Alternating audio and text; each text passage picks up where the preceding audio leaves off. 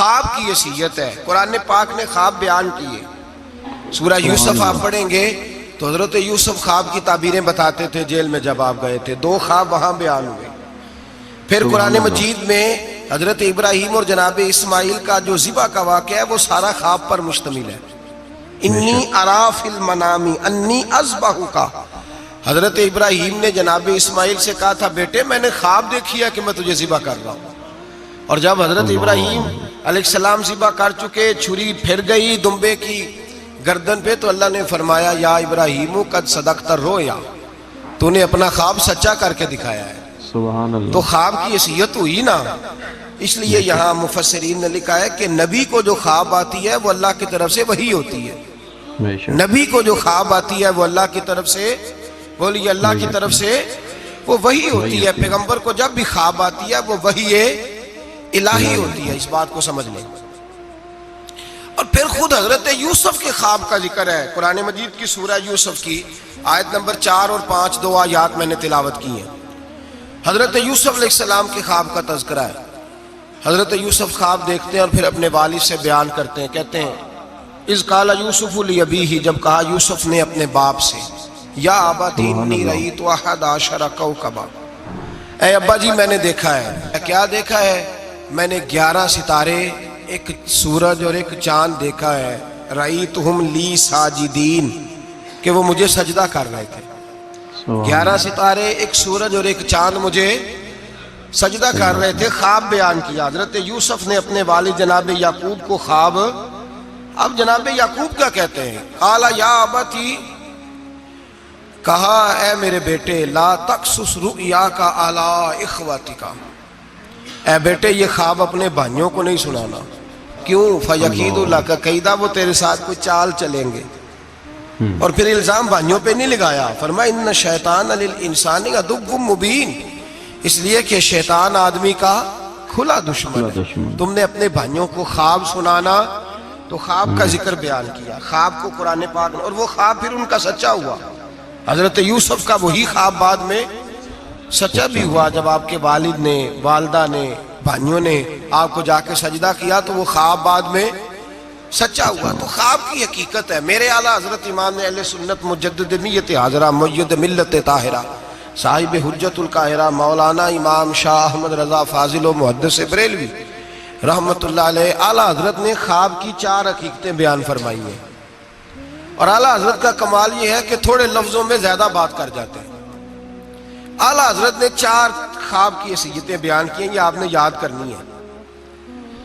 ان کو یاد رکھنا ہے کہ خواب کیا ہوتا ہے. اعلیٰ حضرت فرماتے ہیں ایک تو خواب ہوتا ہے نفس کی شرارت سے, جو کام بندہ سارا دن کرتا رہتا ہے وہی اس کی خواب میں, وہی خواب آتی ہے اس کو. تو وہ خواب نہیں, وہ خیال ہے. پہلی قسم یہ ہے, سمجھ آ رہی ہے بات؟ وہ خواب نہیں, وہ خیال ہے. وہ نفس جو ہوتا ہے نا, وہ چیز بنا کے, مثال ہے ایک آدمی پریشان ہے, اس کے پیسے ڈوب گئے, کاروبار نہیں چل رہا, وہ ٹینشن کا شکار تھا. رات وہ پریشانی میں سویا تو خواب دیکھی کہ مکان بھی گر گیا. اب سویرے اٹھ کے اس کی بیوی پیر صاحب کے پاس چلی گئی پھونک مروانے. اس نے کہا بڑا کالا جادو ہو گیا, میں نے مکان گرتے دیکھ لیا, پتہ نہیں کیا بنے گا, تعویذ دے دے. تو پیر صاحب نے بھی کہہ دیا تینوں کسی نے کچھ کیتا ہے, چلو مسئلہ ہی ختم. اب وہ نہ کسی کا پتہ, نہ کیا کیا اس کا پتہ. علم سے لوگوں کا تعلق نہیں ہوتا تو ان توہمات کا لوگ شکار ہو جاتے ہیں. اب یہ جو خواب اسے آیا ہے نا رات کو, یہ اصل میں اس کی ٹینشن تھی جو اسے آئی ہے. وہ ڈپریشن تھا تو رات کو وہ خواب بن کے اس کے سامنے. بات کی سمجھ آ رہی ہے آپ حضرات کو؟ مجھ سے کئی لوگ آ کے کہتے ہیں خواب بڑے برے آتے ہیں. تو میں کہتا ہوں ٹھیک ہے, آپ برے ناول پڑھنے چھوڑ دیں, میڈیا پہ بری چیزیں دیکھنی چھوڑ دیں. آپ سارا دن بری سوچ سوچیں گے, معاذ اللہ غلط سوچ سوچیں گے تو خواب غلط آئے گا. اور اگر آپ سارا دن درود پڑھیں گے, قرآن پڑھیں گے, رسول اللہ کی نعت سنیں گے, تو رات کو انشاءاللہ تعالی حسن مصطفیٰ کے جلوے بھی نظر آئیں گے. سبحان اللہ. تو آپ دیکھیں نا دن میں کیا کر رہے ہیں. تو جس طرح کا خیال ہے شام کو اسی طرح کا خواب. میں اکثر کہتا ہوں کہ اللہ تبارک و تعالیٰ کے حبیب نے فرمایا ہے کہ تو جس طرح کا ذہن بنائے گا رب بھی تیرے ساتھ اسی طرح کا بن جائے گا. تو اپنے ذہن کو صاف رکھ, اللہ تیرے تصورات کو, تو رات کو خواب اسی طرح. ہمارے چھت پہ میں اپنے ابا جی کے ساتھ سویا کرتا تھا، اور وہ زندگی کے بڑے خوبصورت لمحات تھے، وہ اپنی زندگی کے تجربات بیان کیا کرتے تھے۔ تو یہ جو موسم آتا تھا گرمیوں کا، اس موسم میں آپ کو پتہ ہے کہ گھروں میں جو ہماری طرح کے غریب گھرانے ہوتے تھے وہ چھت پہ چار پائی لگایا کرتے تھے، تو چھت پہ سویا کرتے تھے۔ تو ساتھ ایک پڑوسی رہتا تھا جو بس پہ نا بیچارہ مزدوری کرتا تھا، کیا کنڈکٹر کہتے ہیں کلینڈر کہتے ہیں، تو وہ جو رات ذرا نیند آنے کا وقت ہوتا تو وہ سواریاں چڑھانی شروع کر دیتا، کہتا جس نے مرید کے جانا ہے آ جاؤ، وہ شور کرتا، تو کہتا لاہور والے فٹافٹ آ جائیں، پھر کئی دفعہ وہ رستے میں شجرے والوں کو اتارنا بھی شروع کر دیتا، تو شور کرتا اونچی اونچی آواز میں۔ تو مجھے وہ بڑا اس وقت خفگی ہوتی، ناراضگی ہوتی، میں کہتا ابا یہ سونے نہیں دیتا تو اس کو جگائے، یہاں پھر سویرے ہم نے نہیں چھت پہ سونا، سین پہ سو جائیں گے۔ تو ابا جی کہتے بیٹا مزدور ہے تو بیچارہ سارا دن جو کرتا ہے وہی اسے خواب میں، تو اب اس سے بندہ ڈر جائے، پریشان ہو جائے، اٹھ کے کہے پتہ نہیں سویرے کیا ہونے لگا ہے، او بھائی خواب ہی آئی ہے، کچھ نہیں ہوا، کچھ نہیں ہوا، اس کو اس سے اتنی یہ بری چیز نہیں جتنا ہم لے لیتے۔ تو پہلی بات یہ ہے کہ جس بندے نے یہ تصورات ہوتے ہیں نا، آپ تصورات میں جائیں، آپ تصور، کچھ لوگ ایسے بھی ہیں جو سارا دن محفل میں رہتے ہیں تو رات کو سوتے ہیں تو خواب میں بھی نعت ہی سن رہے ہوتے ہیں، کوئی حدیث ہی بیان ہو رہی ہوتی ہے، کسی حدیث پر ہی تبصرہ ہو رہا ہوتا ہے، تو بھائی جو کام آپ سارا دن کریں گے وہی رات کو خواب میں آئے گا۔ ایک دوست ہے بڑی محبت والا، کہنے لگا صاحب راتی خواب میں بڑے پیسے ویکھے نے، دعا کرو اللہ دے چھڑے۔ میں کہ ساری دیہڑی پیسے سوچیے تو رات میں ہونے ہی نہیں نا، جو سوچنا ہے وہی رات کو خواب میں، تو سوچا سارا دن تو نے پیسے تو آ گئے تیری خواب میں، تو چلو میں نے کہا خواب کا تو مزہ لینا، پھر اللہ تبارک و تعالیٰ فضل کرے گا، آ ہی جائیں گے اس کے کرم سے۔ عام دام برسر مطلب پہلی خواب وہ ہے جو نفس کی شرارت ہے، جو آپ کے اندر ہوتا ہے وہ سامنے آ جاتا ہے۔ ڈراؤنی چیزیں نہ دیکھیں، برے ناول نہ پڑھیں، کوئی سوچ اپنی غلط نہ کریں تو انشاءاللہ خواب برا۔ بات کی سمجھ آ رہی ہے حضرات کو؟ ایک دوسرا خواب، میرے اعلیٰ حضرت فرماتے ہیں اکثر شیطان آدمی سے کھیلتا ہے۔ خود نبی کریم صلی اللہ علیہ وسلم نے فرمایا کہ شیطان رات کو آدمی کی ناک پہ بیٹھ کے وقت گزارتا ہے۔ صحابہ نے عرض کیا یا رسول اللہ صلی اللہ علیہ وسلم وہ ناک پہ کیوں بیٹھتا ہے؟ تو حضور فرماتے ہیں اس لیے کہ اگر رات کو، وہ کہتا ہے اگر بندہ مرنے لگا، سانس اکھڑنے لگا تو میں معاذ اللہ اسے بے ایمان کر کے ماروں گا۔ تو شیطان خواب دکھاتا ہے آدمی کو، برے خیالات، وسوسے پیدا کرتا ہے۔ بخاری مسلم میں میرے رسول کریم صلی اللہ تعالی علیہ وآلہ وسلم نے فرمایا جب تمہیں کوئی برا خواب آئے تو شیطان تم سے کھیل گیا، جب تم کوئی برا خواب دیکھو تو یہ بخاری مسلم ہے، اور 3 نسخے حضور نے بیان فرمائے۔ فرمایا تم نے اپنی بائیں جانب منہ کرنا ہے اور 3 دفعہ تھوکنا ہے، ضروری نہیں کہ تھوک ہی آئے، تھو ہی کر دیں، اپنی الٹی طرف جاگ رہے ہیں آپ لوگ؟ بات کی سمجھ آ رہی ہے؟ اللہ خیر کرے، رات کو کسی کو گھر میں خواب آ جائے تو باقی بھی نہیں سو سکتے، اتنا بڑا مسئلہ بن جاتا ہے، شور ہونے لگتا ہے۔ یہ نسخہ بتائیں گھر جا کے، یہ نسخہ عام نہیں، یہ میرے رسول پاک کا بتایا ہوا نسخہ ہے، اور یہ وہ نسخہ ہے کہ پہاڑ ٹوٹ سکتے ہیں، دریا بہہ سکتے ہیں، یہ بات غلط ہو سکتی، یہ سب سے بڑے پیر و مرشد کا نسخہ ہے۔ میرے رسول کریم صلی اللہ علیہ وسلم نے فرمایا بائیں جانب 3 دفعہ تھو کرے، تھوکے، اور 3 دفعہ اعوذ باللہ پڑھے، اور پھر حضور نے فرمایا خواب کا کسی سے ذکر نہ کرے، کسی کو خواب سنانا، ڈراؤنا خواب آئے تو کسی کو سنانا، بیان نہیں کرنا، یہ حکم دیا نبی پاک نے، ہمیں نصیحت فرمائی ہے۔ فرمایا الٹی جانب منہ کر کے 3 دفعہ تھوک دے، اعوذ باللہ پڑھ دے، کسی کو بتائے نہ، 3 باتوں پہ عمل کرے۔ اللہ کے رسول بیان کرتے ہیں کہ اس کا خواب اسے نقصان نہیں پہنچائے گا، وہ خواب نقصان، کتنا بڑا مسئلہ حل ہو گیا، کتنا بڑا مسئلہ ہے۔ فرمایا تم نے دائیں طرف تھو کرنا ہے، تھوک دینا ہے، اعوذ باللہ پڑھ دینی ہے، اور کسی سے ذکر، تمہارا خواب تمہیں نقصان، یہ شیطان کھیل گیا، بات ختم ہو گئی۔ ہمارے یہاں شور ہو جاتا ہے، سویرے بڑے معاملات ہونے لگتے ہیں۔ ہاں ایک بات ضرور علماء فقہا بیان کرتے ہیں، وہ کہتے ہیں اگر کوئی آدمی سویرے اٹھ کے ڈراؤنا خواب دیکھتا ہے، سویرے اٹھ کے صدقہ خیرات کر دے، حسب توفیق، 10 روپے کی جیب گنجائش دیتی ہے 10 روپے دے دے، 10 لاکھ کی گنجائش دیتی ہے 10 لاکھ، حسب توفیق صدقہ دے دے اور استغفار پڑھے، خواب تکلیف نہیں دے گا۔ لیکن اس خواب کو ہوا بنا لینا، اس کو کوئی بڑی انوکھی چیز بنا لینا، مسلمان اس توہم پرستی کا قائل نہیں ہے تو اپنے معاملات کو دائرہ اسلامی کے اندر رکھیں، نبی پاک کے بتائے ہوئے ارشادات کی روشنی میں رکھیں۔ تو دوسرا خواب یہ بیان کیا گیا کہ جو خواب ایسا ہوتا ہے جو شیطان دی۔ ایک تیسرا خواب ہے، خواب کی تیسری قسم جو فرشتہ القاء کرتا ہے، جس طرح ایک شیطان آدمی کے ساتھ ہوتا ہے نا جو گناہ کی طرف بلاتا ہے، اسی طرح اللہ پاک نے ایک فرشتہ پیدا کیا ہوتا ہے جو نیکی کی طرف بلاتا ہے، جو جگاتا ہے بندے کو بار بار۔ اب یہ انسان کا اپنا معاملہ ہے، وہ بات کس کی زیادہ مانتا ہے، تو ایک فرشتہ القاء کرتا ہے۔ وہ جو خواب فرشتہ دکھاتا ہے نا، اس میں ضرورت ہوتی ہے تعبیر کی۔ اب تعبیر کون بتائے گا؟ وہ جو طوطا لے کے بیٹھا سڑک پہ وہ تعبیر بتائے گا، یا جس نے سارے بازو پہ کڑے پہنے ہوئے ہیں اور سارے ہاتھوں پہ چھلے پہنے ہوئے وہ تعبیر بتائے گا؟ بابا جی سرکار تعبیر کون بتائے گا؟ وہ بندہ تعبیر، ہر عالم بھی تعبیر نہیں بتائے گا۔ جو قرآن مجید، احادیث مبارکہ اور پھر علوم تعبیر جانتا ہو، معبر ہو، وہ بھی تعبیر بتائے گا۔ اور جب بتائے گا تو میرے اعلیٰ حضرت فرماتے ہیں تعبیر بھی اللہ سے ڈر کے بتائے گا۔ یہ نہیں کہے گا کہ جو میں کہہ رہا ہوں اسی طرح ہے، وہ یہ تعبیر کرے گا، وہ کہے گا جو میری سمجھ میں آیا میں نے بتا دیا، باقی حقیقت کا علم یا اللہ جانتا ہے یا اللہ کے رسول جانتے ہیں۔ میں یہ نہیں دعویٰ کرتا کہ جو میں نے کہا ہے کل وہی ہے، سچ وہی ہے، حق وہی ہے۔ وہ خواب کس طرح کے ہیں؟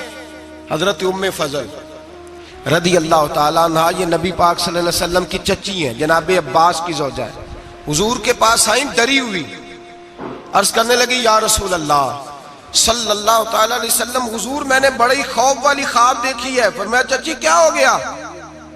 عرض کی یا رسول اللہ صلی اللہ علیہ وسلم، آپ کے وجود کا گوشت کا ٹکڑا کٹ کے میری جھولی میں آ گیا، میں بڑی پریشان ہوں۔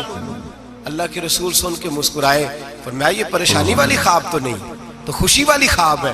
کہا یا رسول اللہ کیا خوشی؟ فرمایا میری فاطمہ کو اللہ بیٹا دے گا اور وہ تیری گود میں کھیلا کرے گا۔ اللہ میری فاطمہ کو بیٹا دے گا، وہ تیری گود میں کھیلے گا۔ امام حسن پیدا ہوئے، میرے رسول پاک نے پیدا ہوتے ہی کان میں اذان دی اور فرمایا چچی کو تو بلاؤ، حاضر ہوئی۔ فرمایا یہ لو، اللہ نے تمہارا خواب پورا فرما دیا ہے، اللہ نے تمہارا خواب پورا کر دیا ہے۔ نبی کریم صلی اللہ تعالیٰ علیہ وسلم نے فرمایا رات میں نے خواب دیکھی ہے۔ حضور فرماتے ہیں میں نے خواب دیکھی۔ حضور کیا؟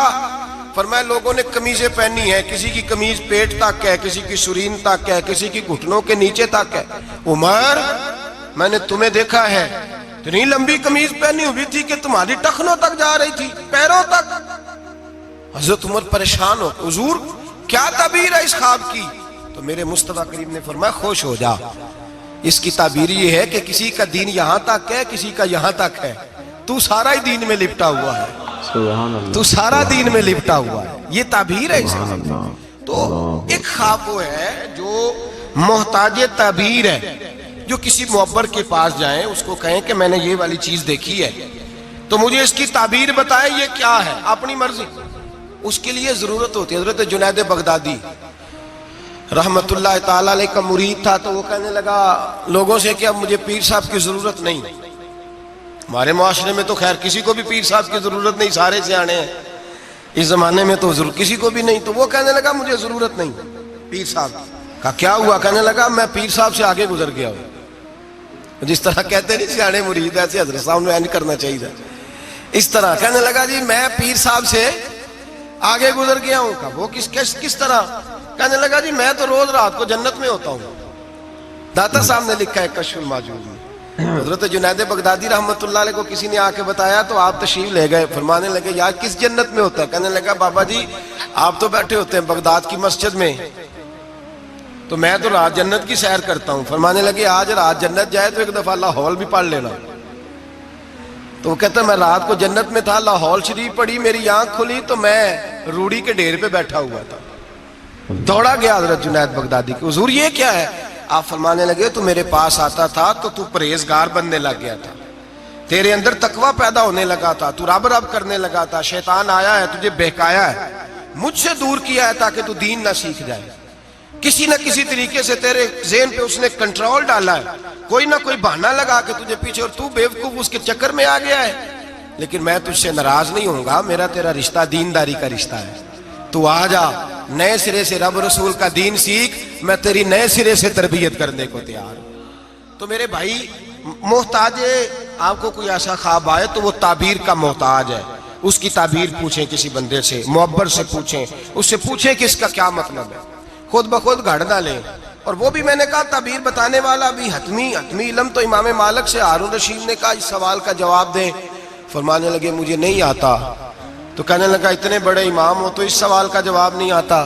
آپ فرمانے لگے اگر مجھے ہر سوال کا جواب آتا پھر میں خدا ہوتا، کیونکہ ہر سوال کا جواب اللہ کے پاس۔ تو بھائی یاد رکھ لیں اور سمجھ لیں، تیسرا خواب جو فرشتے کی طرف سے القاء ہوتا ہے اس کی تعبیر کی ضرورت پڑتی ہے۔ تین خواب سمجھ میں آ گئے آپ حضرات کے؟ یہ تین قسمیں۔ اب چوتھی اور آخری قسم سنیں۔ اعلیٰ حضرت فرماتے ہیں چوتھا خواب وہ ہے جو خالصتاً اللہ کی طرف سے بندے کو نصیب ہوتا ہے، اس میں کسی تعبیر کی ضرورت، کسی تشریح کی حاجت، وہ کھل کے آتا ہے، کھل کے وہ خواب آتا ہے، اور اس خواب میں اللہ بڑا کرم فرماتا ہے، مہربانی کرتا ہے، وہ خواب ایسا ہوتا ہے۔ خواب کی ایک بات ذرا ڈر کے کہنی ہے، ڈر کے سچ آکھیے تے سردار سائیاں فتوے تے فتوے لگ دے نے، ڈر کے کہنی ہے بات، وہ بھی بندوں سے ڈر کے نہیں، وہ بھی وسوسوں سے ڈر کے۔ خواب کی شریعت میں اس بندے کے لیے تو حیثیت ہے جسے آیا ہے، کسی اور کے لیے کوئی حیثیت جی۔ میں بات کرتا ہوں نا تو کہتے ہیں جی آپ سخت جملہ کہہ جاتے ہیں، تھوڑی نرمی رکھا کریں۔ میرے بعض دوستوں کی طرف سے مجھے پیغام ملتا ہے کہ آپ سخت جملہ، کل بھی ایک مولانا صاحب مجھے کہہ رہے تھے کہ آپ سخت جملے کہتے ہیں، ٹھیک نہیں، آپ نے نعت خوانوں کو ایکٹر ہی کہہ دیا ہے۔ میں نے کہا میں نے تھوڑی کہا ہے، وہ تو میں نے مفتی صاحب کا حوالہ دیا ہے۔ تو لوگ کہتے ہیں کہ آپ سخت جملہ کہتے ہیں، تو میں نہیں کہتا، نرم کہتا ہوں۔ یہ جو لوگوں نے کہانیاں بنائی ہوئی ہیں نا، میں نے کہا کہ بغیر نبی پاک کے دیدار کے دنیا میں خوشبو ہی کوئی نہیں۔ حضور کا دیدار ہوتا ہے، ہوتا رہے گا انشاءاللہ، لیکن حیثیت آپ کسی کو جا کے کوئی بندہ کہہ دے کہ مجھے خواب آیا اور مجھے فلاں، بہت، میں نام نہیں لیتا، بہت بلند ہستی نے مجھے تیرے بارے میں یہ پیغام دیا ہے، تو وہ جس کو خواب آیا ہے اس کے لیے تو کوئی حیثیت ہے، لیکن آگے اس کو بتانے کی یا کسی اور کو آرڈر جاری کرنے کی کوئی حیثیت۔ ایک دوست ہے میرے، بڑے سیانے بندے ہیں، وہ کہنے لگے کہ میرے بزرگوں کو نا، ان کا ایک حکیم صاحب دوست تھے، تو وہ اپنی کتابیں جاتی دفعہ ساری دے گئے، اپنے بچے پہ اعتبار نہیں کرتے تھے، کتابیں دے گئے ساری، کہ میرا بچہ نالائق ہے تو کتابیں تو رکھ لے۔ وہ بچے کو بعد میں ہوش آئی کہ میرا ابا تو بڑا قابل حکیم تھا، تو اس کی کتابیں تو ڈھونڈوں کدھر ہیں۔ تو وہ سویرے پہنچ گئے، کہنے لگے چاچا جی رات کو ابا جی خواب میں ملے تھے، وہ کہہ رہے تھے کہ اس سے جا کے کتابیں لے آؤ۔ تو کہتے ہیں وہ بھی بڑے سیانے تھے، کہنے لگے وہ تیرے تو بعد مینوں بھی ملے ہے، انہیں آخیا انہوں کوئی شے نہ دئی، انہیں آخیا خبردار کوئی شے دیتی ہو تو ایویں جھوٹ لگائی بولن تیرے نال۔ تو ایسے ہی لوگ خواب بیان کرتے ہیں، گھڑ دیتے ہیں خواب، گھڑ دیتے ہیں خواب اور گھڑ کے بیان کرتے ہیں، یہ زیادتی ہے۔ اب سنیں حدیث، نبی کریم صلی اللہ علیہ وسلم نے فرمایا جھوٹوں میں سے سب سے برا جھوٹا وہ ہے جو جھوٹا خواب بیان کرتا ہے، اور نبی پاک صلی اللہ علیہ وسلم نے فرمایا اللہ کا، یہ سن لیں اور یاد رکھ لیں، حضور نے فرمایا اللہ قیامت کے دن سزا دے گا جھوٹا خواب بیان کرنے، جھوٹا خواب۔ اور ہمارے زمانے میں تو لوگ معاذ اللہ تعالیٰ انبیاء، اولیاء، صلحاء خود نبی پاک کے بارے میں جھوٹ بیان کرتے ہیں، معاذ اللہ ثم معاذ۔ حضور نے فرمایا جس نے جھوٹا خواب بیان کیا قیامت کے دن اللہ اسے 2 دانے دے گا جوں کے یا چاول کے، اس کو کہے گا یہ جوں کے 2 دانے ہیں، ان کی آپس میں گرا لگا، گانڈ مار۔ وہ تڑپ کے کہے گا یا اللہ یہ سزا نہ دے، ان کی گرا نہیں لگ سکتی، تو اللہ فرمائے گا پھر تو جھوٹے خواب کو بیان کرتا تھا۔ یہ ظلم نہیں کہ کوئی بندہ اتنی بڑی بات ہی کر دے نبی پاک کے بارے میں۔ رسول کریم علیہ السلام فرماتے ہیں کہ وہ مفتری ہے، وہ جھوٹا ہے جو میرے بارے میں جھوٹ بولتا ہے، اور جس نے میرے بارے میں جھوٹ بولا اس نے جھوٹ نہیں بولا، اپنے لیے جہنم میں مکان تعمیر کر لیا ہے۔ جھوٹ بولتے ہیں لوگ معاذ اللہ تعالیٰ، ڈرنا چاہیے اس بات سے، خوف کرنا چاہیے۔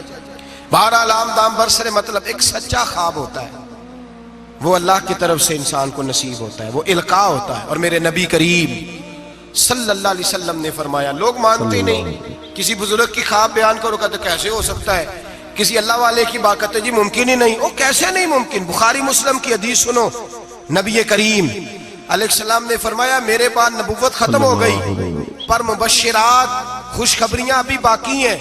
صحابہ نے کہا حضور خوشخبریاں کیا ہیں؟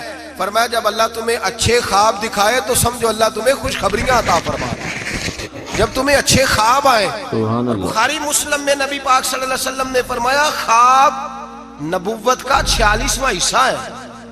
یہ حصہ ہے نبوت کا 46واں، اللہ نے میری امت میں رکھے ہیں۔ اللہ کے بندے کو الہام ہوتا ہے، اسے نصیب ہوتے ہیں خواب۔ نبی پاک صلی اللہ تعالیٰ علیہ وسلم نے اس خواب کو اہمیت دی ہے، اس کا درجہ ہے شریعت میں۔ او میرے خوش عقیدہ بھائیو، ہر جماعت کے چکر میں آ جاتے ہو، لو جی اب خوابوں پہ لوگ ہمیں سنائیں گے۔ او بھائی ہم نے کب کہا ہے کہ آج کا خواب حجت ہے، لیکن اللہ والے کا خواب تو بہرحال ایک اہمیت رکھتا ہے کہ نہیں رکھتا؟ بات کی سمجھ آ رہی ہے دوستوں کو؟ اذان پڑھی جاتی ہے مسجدوں میں، یہ اذان کیسے ہوئی سن لیں، ذمہ داری کے ساتھ بات اور تمام کتابوں میں یہی روایت ملی، تمام، کوئی اور روایت ہی نہیں، یہی ہے۔ لوگ کہتے ہیں جی آپ کی جماعت میں خوابیں آتی ہیں، فلانے بزرگ کو خواب آئی، فلانے کو، تو آپ خواب بیان کر رہے ہیں۔ پہلی بات تو سن لیں، میرے نبی کریم علیہ السلام نے فرمایا جسے اچھا خواب آئے وہ اس کو بتائے جو اس سے محبت کرتا ہے اور اچھا خواب بیان کرے۔ یہ حضور نے فرمایا ہے، اچھا خواب آئے تو اس کو، پر کس سے بیان کرے؟ نہیں کوئی نہیں، آپ سمجھے نہیں بات، کس کو بیان کرے؟ ایسے ہی سب خواب والے ہیں ہی نہیں، یہ بخاری مسلم ہے، سارے خوابوں والے خاصاں دیگا لاما آگے نہیں مناسب کرنی، مٹھی کھیر پکا محمد کتے آگے ترنی۔ ان کو کیا پتا خشک لوگوں کو خواب کیا ہوتا ہے، ان کو کیا خبر؟ وہ تو حضرت ویسے کرنی جیسے لوگ ہیں جو بیٹھے کرن میں ہوتے ہیں پر دیدار مصطفیٰ کا کر رہے ہوتے ہیں۔ وہ لوگ ہیں جن کو یہ جلوے نصیب ہوتے ہیں، وہ بیان کرتے ہیں، وہ آگے ذکر کرتے ہیں۔ نبی پاک نے فرمایا بیان۔ اب سنیں حدیث، اذان پڑھی جاتی ہے مسجدوں میں 5 وقت الحمدللہ۔ جب جماعت فرض ہوئی تو نبی پاک نے فرمایا لوگوں کو بلانے کیسے ہیں بھائی نماز کے لیے؟ ایک صحابی نے مشورہ دیا، یا رسول اللہ خشک گھاس، آپ یہ ابھی فصل آئے گی مونجی کی تو اس کے ساتھ وہ جو کیا پرالی کہتے ہیں اپنی زبان میں، وہ جب خشک ہو جاتی ہے نا اس کو آگ لگائیں تو آگ کا لاوا ذرا اونچا جاتا ہے، اونچا۔ صحابہ نے کہا یا رسول اللہ خشک آگ کو آگ لگائیں گے چھت پہ رکھ کے تھوڑی دیر کے لیے، اور یوں کر کے جب وہ اٹھے گی نا تو سارے مدینے میں خبر ہو جائے گی کہ نماز کا وقت ہو گیا ہے۔ حضور نے فرمایا ٹھیک ہے۔ ایک صحابی کہنے لگے یا رسول اللہ صلی اللہ علیہ وسلم اونچا دف رکھ کے زور سے 1-2 دفعہ بجائیں گے، لوگوں کو پتا ہے، مختلف باتیں۔ اللہ کے رسول نے فرمایا جاؤ سو جاؤ، سویرے آؤ گے پھر مشورہ کریں گے کیا کرنا ہے۔ اور مالک بھی دیکھے کتنا کریم ہے، جو جماعت کا حکم بھیج سکتا ہے وہ اذان کا نہیں بھیج سکتا، لیکن وہ کہتا ہے لوگ کہیں میرے مصطفیٰ کا دروازہ چھوڑ نہ جائے۔ فرماتا ہے جاؤ میں نے نماز فرض کر دی ہے، طریقہ بھی میرا نبی بتائے گا اور اذان کے سلیقے بھی میرے مصطفیٰ ہی سکھائے گا۔ سویرے صحابہ اٹھ کے آئے تو حضرت عمر فاروق آئے، کہنے لگے حضور میں نے خواب دیکھی ہے۔ حضور نے فرمایا تم نے بھی دیکھی ہے اور بھی کئیوں نے دیکھی ہے۔ یا رسول اللہ کیا؟ فرمایا چلو سناؤ۔ ایک صحابی اٹھے کہنے لگے حضور میں نے خواب دیکھی ہے کہ میں ایک بندہ کانوں میں انگلیاں لے کے کھڑا ہے اور کعبے کی طرف منہ کر کے کہہ رہا ہے اللہ اکبر اللہ اکبر، اشہد ان لا الہ الا اللہ، اشہد ان محمد رسول اللہ، حی علی الصلاۃ، حی علی وہ یہ کلمات پکار رہا ہے۔ حضور نے فرمایا چل تو بھی سنا۔ کہنے لگا حضور سنانا کیا ہے؟ یہ جو اس نے دیکھا ہے وہی میں نے دیکھا ہے۔ تیسرے سے کہا تو بھی سنا۔ کہا حضور جو اس نے دیکھا ہے وہی میں نے دیکھا ہے۔ چوتھے سے کہا حضور میں نے بھی یہی دیکھا ہے۔ فرمایا تم نے دیکھا نہیں، یہ میرے رب نے تمہیں دکھایا ہے، یہ اللہ نے تمہیں دکھایا ہے۔ فرمایا اب نہ آگ جلے گی نہ یہاں کچھ اور ہوگا، بلکہ میرا بلال چبارے پہ چڑھا کرے گا، مینارے پہ کھڑا ہوا کرے گا، اللہ کا نام بھی پکارے گا اور میرے ترانے بھی پڑھا کرے گا۔ اب اذان ہوگی اور قیامت تک اذان جاری۔ تو اذان کس سے ثابت ہوئی؟ صحابہ کی خواب سے ہوگی۔ کہاں سے آئی؟ صحابہ کی۔ تو دین میں اگر خواب کوئی اہمیت ہی نہیں رکھتا، اتنا بڑا کام خواب کے ذریعے ہو گیا۔ تو میرے بھائی خواب کی حیثیت ہے، خواب کو سمجھیں۔ میرے نبی پاک غلاموں کی خواب میں آتے ہیں، حضور جلوے۔ اور ایک بات سن لیں، نبی پاک صلی اللہ علیہ وسلم نے فرمایا جس نے خواب میں مجھے دیکھا اس نے مجھے ہی دیکھا ہے۔ شیطان خواب میں بھی آ کے میری صورت نہیں بنا سکتا، جس نے مجھے دیکھا اس نے مجھے ہی۔ اور نبی پاک فرماتے ہیں جس نے مجھے خواب میں دیکھا بڑی جلدی ظاہری طور پہ بھی دیکھے گا۔ ظاہری میرے اعلیٰ حضرت سے کسی نے پوچھ لیا کہ حضور ظاہری طور پہ کیسے دیکھے گا؟ آپ نے فرمایا پوچھ لو علماء سے. کہا حضور آپ بتائیں. آپ فرمانے لگے مجھے تو یوں لگتا ہے جس نے خواب میں مصطفیٰ کو دیکھا جب مرنے کا وقت آئے گا تو سامنے رسول اللہ کا چہرہ آ جائے گا. یہ ترجمہ اس حدیث کا کہ جس نے خواب میں دیکھا وہ ظاہری طور پر بھی جب مرنے لگے گا تو سامنے مصطفیٰ کریم کا چہرہ. نجم کی ہے خدا آرزو ہے یہی, عاشق زار کی آبرو ہے یہی, موت کے وقت سر ان کے قدموں میں ہو, دید ہوتی رہے دم نکلتا رہے. لگتا یہ ہے کہ یہ کام ہوگا. اور پھر یہ بھی یاد رکھیں علماء نے تصریح کی ہے, محدثین کہتے ہیں میں کسی کی خواب میں آؤں تو میرا اپنا اس میں کوئی دخل نہیں. وہ سامنے والا کہے گا جی آپ میری خواب میں آئے تھے, مجھے کوئی نہیں پتا. لیکن نبی پاک جس کی خواب میں آتے ہیں حضور اپنی مرضی سے آتے ہیں, اپنے ارادے سے آتے ہیں. حضور ارادہ کرتے ہیں تو خواب میں آتے ہیں, ورنہ نبی پاک صلی اللہ علیہ وسلم خواب میں تشریف, حضور ارادہ کرتے ہیں تو خواب میں, ورنہ حضور کسی کی خواب میں. کوئی نہیں سمجھ آئی آپ کو بات. حضور ارادہ کریں تو خواب میں, اور میرے رسول پاک اپنے غلاموں کی خواب میں آتے. امام سخاوی نے لکھا ہے, علامہ سبوری نے لکھا ہے, مولا علی شیر خدا کرم اللہ تعالی وجہ الکریم, آپ فرماتے ہیں بڑا دیر ہو گئی حضور کے وصال ظاہری کو, کئی سال بیت گئے, لنگ کئی مہینے تے برس گئے, تیری دید نو دیدے ہی ترس گئے. فرماتے ہیں دل کرتا تھا حضور کا جلوہ نظر آئے. دور تھا حضرت عمر کا, میں درود پڑھتے پڑھتے سو گیا, مجھے خواب میں رسول پاک کا دیدار نصیب ہوا, اور دیدار اس طرح نصیب ہوا کہ اللہ کے رسول فجر کی نماز پڑھا رہے ہیں, میں پیچھے نماز پڑھ رہا ہوں, اور پہلی صف میں 21ویں نمبر پہ میں کھڑا ہوں. نبی کریم علیہ السلام نے نماز پڑھائی تو مزہ آ گیا. نماز کے بعد حضور نے غلاموں کی طرف رخ پھیرا, ایک کھجوروں کا ٹوکرا آیا, اللہ کے رسول کھجوریں نکال نکال کے تقسیم کرنے لگے. 20 صحابہ کو دی تو 21واں نمبر میرا بھی آیا.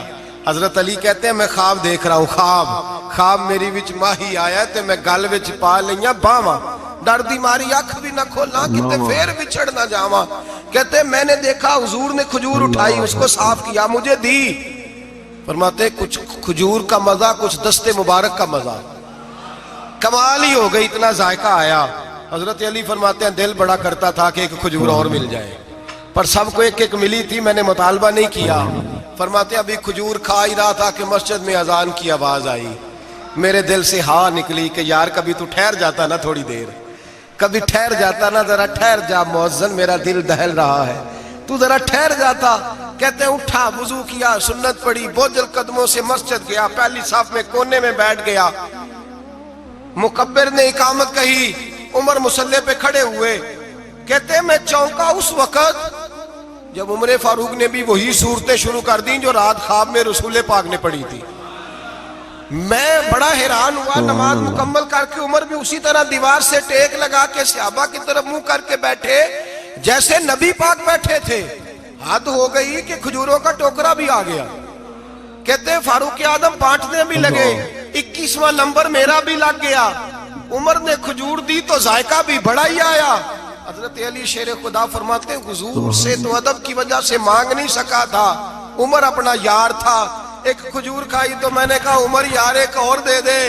تو کہتے ہیں فاروق اعظم نے ٹوکری میں ہاتھ رکھا, کھجور صاف کی, میں سمجھا ملنے لگی ہے. عمر نے صاف کر کے اٹھا کے دوسرے صحابی کو دے کے کہنے لگی علی چپ کر یار, اگر رات کو نبی پاک سے دوسری مانگتا تو میں بھی سویرے تجھے دوسری دے دے. حضرت جناب سیدنا علی المرتضیٰ فرماتے عمر بھی رونے لگے اور میں بھی رونے لگے, وہ بھی تڑپے اور میں بھی تڑپا.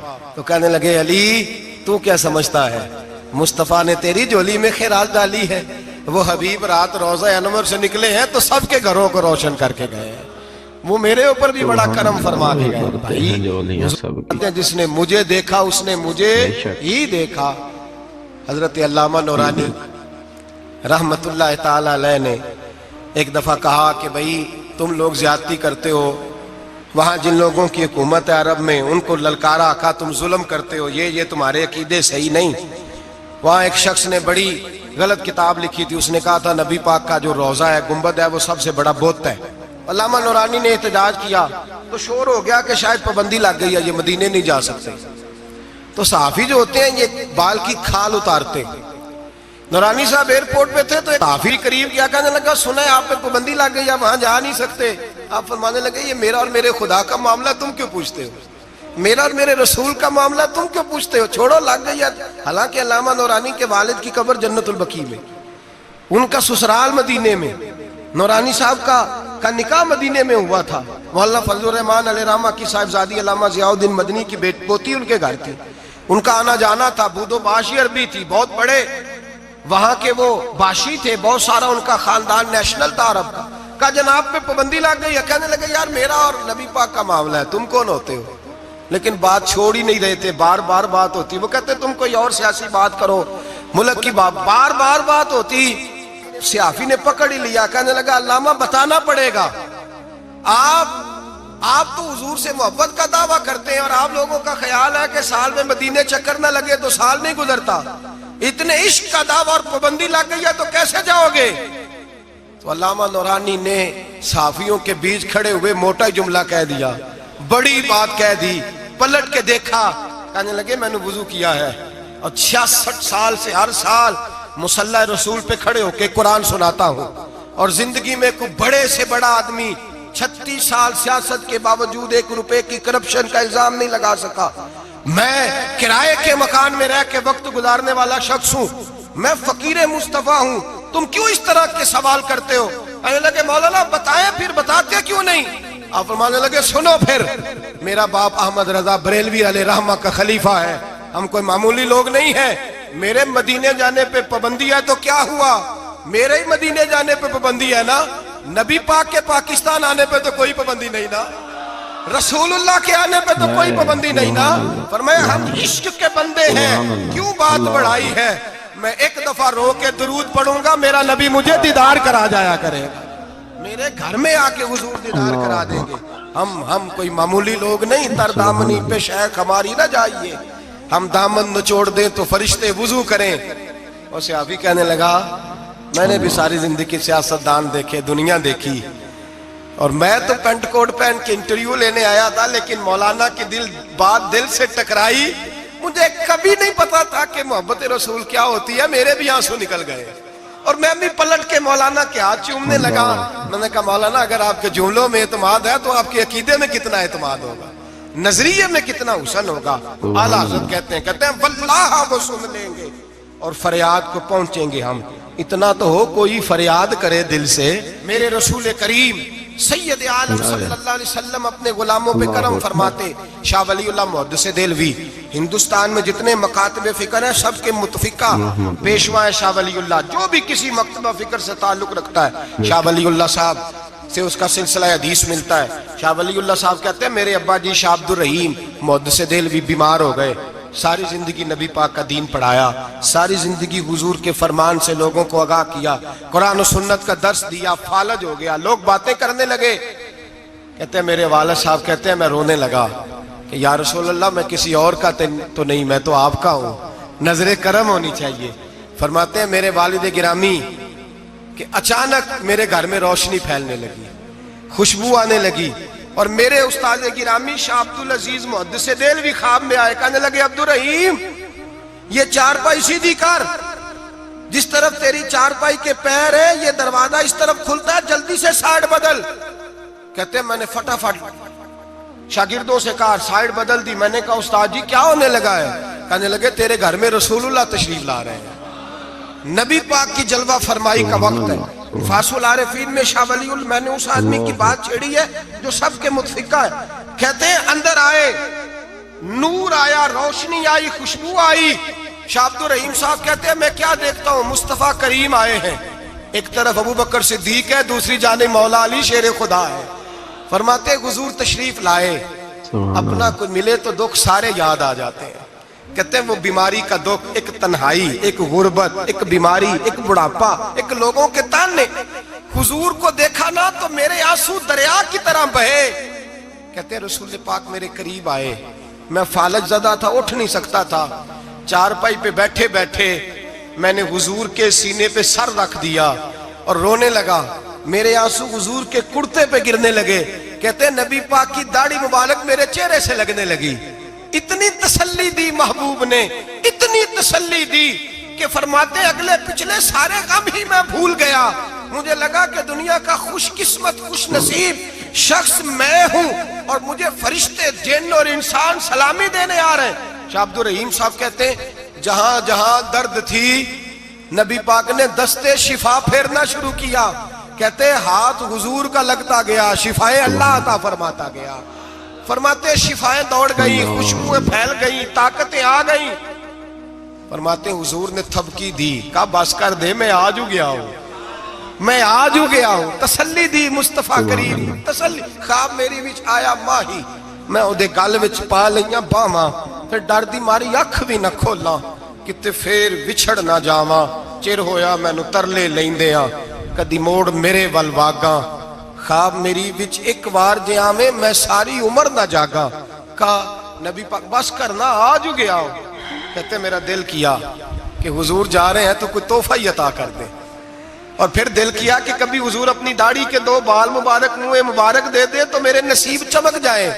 کہتے میرے دل میں خیال تھا قربان جاؤں میرے رسول پاک نے یوں داڑھی پہ ہاتھ پھیرا اور 2 منہ مبارک اتارے، فرمایا چل یار فکر نہ کر تو رکھ لے۔